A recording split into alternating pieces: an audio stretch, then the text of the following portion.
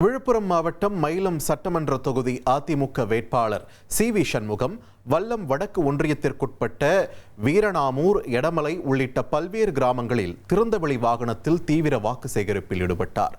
அப்பகுதிக்கு வந்த அவருக்கு பழங்குடியின மக்கள் பாரம்பரிய மேளதாளங்கள் முழங்க பாட்டு பாடி நடனமாடி உற்சாக வரவேற்பளித்தனர்.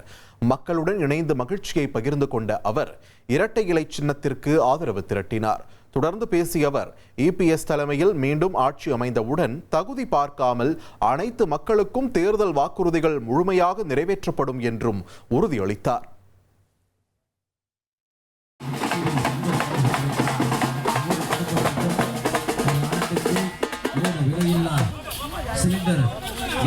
வழங்க போகிற சின்னம் இரட்டை இலை.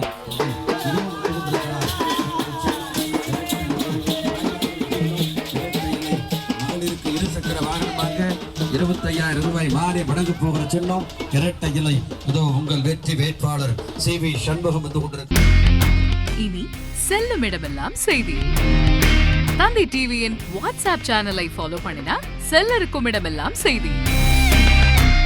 இதோ QR கோட் இப்பவே ஸ்கேன் பண்ணுங்க, ஃபாலோ பண்ணுங்க.